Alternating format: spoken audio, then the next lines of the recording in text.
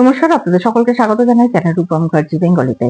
আজ আমরা প্রফেসর শঙ্কুর ডায়েরির, বোমযাত্রীর ডায়েরি এবং কর্ভাস থেকে বেশ কিছু প্রশ্ন উত্তর একসাথে আলোচনা করব। চলুন শুরু করা যাক।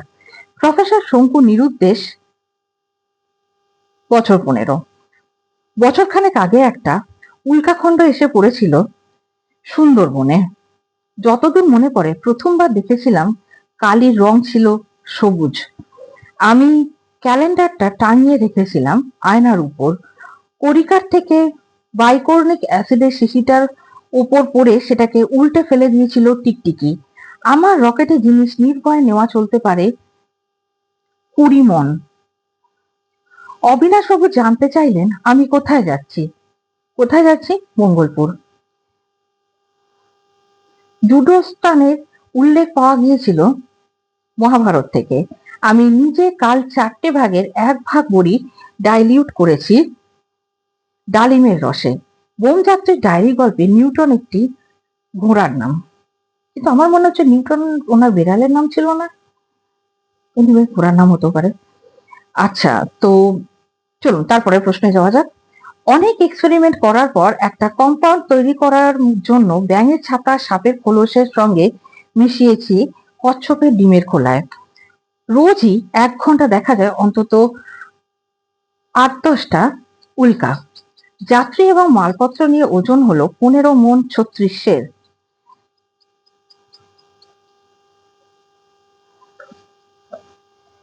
গাগো অর্থাৎ ভালো। আজ মঙ্গল গ্রহকে দেখাচ্ছে বাতাবি লেবুর মতো। গ্রহের গায়ে যে নীল জায়গাগুলো প্রথমে মনে হয়েছিল জল, লাল নদীর জলকে মনে হচ্ছিল যেন পেয়ারা। এবার বিধুশেখর হাত দুটো মাথার উপর তুলে গম্ভীর ভয় পাওয়া গলায় বলল, বিভং। বিধুশেখরের লোহার হাতের এক বাড়িতেই জন্তুটা যে শব্দ করে পড়ে গেল তা হলো চি। যে ভৌতিক চিৎকার কানে ভো ভো করছে সেটি হলো তিরিন্তি। প্রহ্লাদ এখন অনেকটা সামলে নিয়েছে, দাঁত কপাটি লাগাটাও কমেছে। তা হলো রুচি। আজ সকালে প্রহ্লাদ ও আমি ওকে জোড়া বোতাম টিপলাম ওর কাঁধের। বিড়বিড় করে যে অংশটা আবৃত্তি করছিল সেটা প্রহ্লাদের মুখে শোনা গেল ঘটোৎকচের ভয়ে। চোখ ঝলসানো দৃশ্য আমায় কিছুক্ষণের জন্য অন্ধ করে গেল।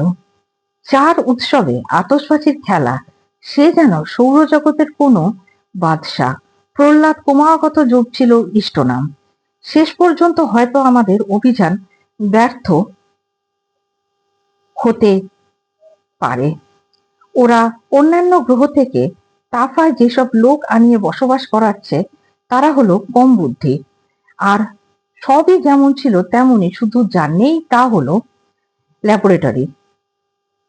লস্যির বন্দুকে ওদের কিছুই হলো না, কারণ এরা কখনো হাঁচতেই শেখেনি। চলুন এবার আমরা শুরু করব কার্ভাস।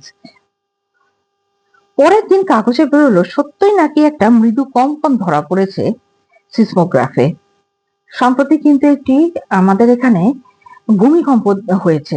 তো সেই ভূমিকম্পের ফ্রিকোয়েন্সি ছিল 5.3 থেকে 5.5। হয়েছিল কোথায় না, বাংলাদেশে খুলনার কাছাকাছি কোনো এক জায়গা সম্ভবত। খুব সম্ভব হলে এই তথ্যটি আপনারা যখন এই কার্ভাস গল্পটি পড়বেন, ব্যোমকেশ মানে এই যে প্রফেসর শঙ্কুর গল্পতে, এই তথ্যটি কিন্তু একটু মাথার মধ্যে নিয়ে রেখে দেবেন। তার কারণ হঠাৎ করে জিজ্ঞাসা করা হলে হয়তো ব্ল্যাঙ্ক হয়ে যাওয়ার একটা সম্ভাবনা থাকে, তাই আপনাদেরকে অগ্রিম সচেতন করে দেওয়া। চলুন আবার পাঠে ঢোকা যাক। যে পাখির ডানা হাতে নিয়ে নেড়ে চেড়ে দেখলে স্তম্ভিত হতে হয় সে পাখি হলো বাবুই। যাযাবর পাখির আছে দিক নির্ণয় ক্ষমতা। আমি যে পথে বিশ্বাসী সেই পথ হলো সহজ। হঠাৎ শুনলে মনে হবে কাকটা বুঝি হাসছে। কর্ভাস হলো কাক জাতীয় প্রাণীর লাতিন নাম। একটা আম গাছ ছিল আমার বাগানের উত্তর পশ্চিম কোণে।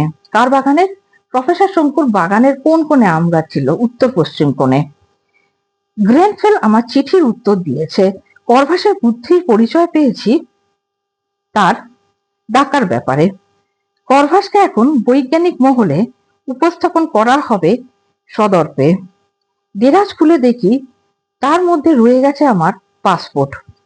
ব্যাপারটা গোপন রাখতে চাই অনুমান করেই বোধহয় করভাসও নেই কাকের মতো ব্যবহার করছে, যে কাক অত্যন্ত সাধারণ। এক কথায় বলা যায় করভাস সহ আমার বক্তৃতাটা হয়েছে symbol another in my cap. কোরিয়েরে দেল সান্তিয়াগো যে সংস্করণে করভাসের খবর প্রকাশিত হয়েছে সেটি হলো সান্ধ্য। চিলি ও আর্জেন্টিনার মধ্যে প্রাচীরের মতো দাঁড়িয়ে আছে আন্দিজ পর্বতমালা। বিখ্যাত জাদুকর আরগাস ছিলেন চিলিয়ান। আরগাসের মুখের উপর যে নিয়নের আলোটা জ্বলছে নিভছে, তার রং সবুজ। এরও এও যেন একটা ভেলকি। আমার বাড়িতে চাকর ২৬ জন, আমার ক্যাডিলাক গাড়ি ৪টে। ১০,০০০ এসকুডো মানে প্রায় ১৫,০০০ টাকা। আমি যেতেই সে ঠোঁট ফাঁক করে একটা শব্দ উচ্চারণ করলো, ক্যা। মুহূর্তের মধ্যে একটা চরম বিপদের আশঙ্কা জল করছিল আমার রক্ত। আধ ঘন্টা যে ক্যাডিলাক গাড়িতে আরগাস এসেছিলেন তার রং সিলভার। কার্ভাসের প্রাণহানি হবে না সেটা জানি, কারণ তার প্রতি আরগাসের ছিল খাঁটি লোভ। আজ পর্যন্ত আমার কোন অভিযানেই হয়ে ওঠেনি ব্যর্থ। এই দাবি কে করেছেন? প্রফেসর শঙ্কু করেছেন। এই ছিল প্রফেসর শঙ্কু দুটি গল্প থেকে খুবই সামান্য কিছু প্রশ্ন উত্তর। আশা করি আপনাদের কাজে লাগবে। এই সম্পর্কিত কোনো প্রশ্ন থাকলে অবশ্যই করতে পারেন, এবং অবশ্যই যেটা আরেকটি আমাদের সহায়ক পাঠ আছে কোনি, সেখান থেকেও আমরা খুব শীঘ্রই আলোচনা করব। আর এই যে আমাদের প্রফেসর শঙ্কু রয়েছে, সেখানের আরো কয়েকটি গল্প আছে, সেগুলো আমরা আগামী দিনে আলোচনা করব। এ সম্পর্কিত আপনাদের কোনো প্রশ্ন থাকলে অবশ্যই করতে পারেন। দেখা হচ্ছে পরের ভিডিওতে। ভালো থাকবেন, ধন্যবাদ, নমস্কার।